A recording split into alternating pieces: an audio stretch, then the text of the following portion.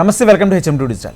నేడు షాపింగ్ మాల్లో hang out చేయడానికి, ఔటింగ్ చేయడానికి మరియు స్నేహితులు మరియు కుటుంబ సభ్యులతో సరదాగా గడపడానికి ఒక సాధారణ ప్రదేశంగా మారాయి. అయితే మీరు షాపింగ్ మాల్లో ఉన్నప్పుడు సమయం ఎలా గడిచిపోతుందని మీరు ఎప్పుడైనా ఆలోచిస్తున్నారా? మీరు పగటిపూట మాల్లోకి ప్రవేశిస్తే మరియు మీరు బయటకు వచ్చేసరికి చీకటి మరియు సాయంత్రం మీరు అక్కడ చాలా డబ్బు మరియు సమయాన్ని వెచ్చిస్తారు. మీరు మాల్లో ఎంత సమయం గడిపారో మీకు అస్సలు తెలియదు. చాలా మాల్స్లో దుకాణాలకు కిటికీలు లేకపోవడమే దీనికి ప్రధాన కారణం. ఇలాంటి డిజైన్ పొరపాటున చేయలేదు. బదులుగా యునైటెడ్ స్టేట్స్లోని మాల్స్ డెవలపర్స్ కిటికీలు లేని మాల్స్ నిర్మించడానికి వ్యూహాత్మక విధానాన్ని ఉపయోగించడం ప్రారంభించారు. కిటికీలు లేకపోవడంతో దుకాణదారుల సమయం చూసుకోకుండా అక్కడే గడుపుతున్నారు.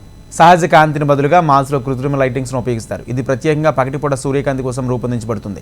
ఇది మీకు సాయంత్రంలో కూడా పగటిపూట భ్రమ కలిగిస్తుంది. ఈ రకమైన డిజైన్ ప్రజలకు ఎక్కువసేపు షాపింగ్ మాల్ లోపల ఉండేలా చేస్తుంది.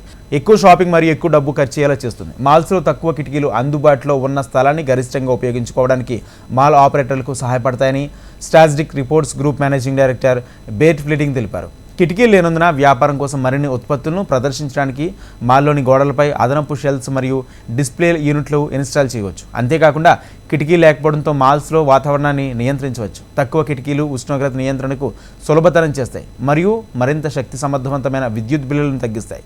కిరాణా దుకాణాల్లో ఇదే సూత్రం ఉపయోగించబడుతుంది. తక్కువ కిటికీలు ఉన్న విద్యుత్తు ఉపయోగించే పనును తగ్గిస్తుంది. అలాగే రిఫ్రిజిరేటర్ వస్తువులను సులభంగా నిర్వహించవచ్చు.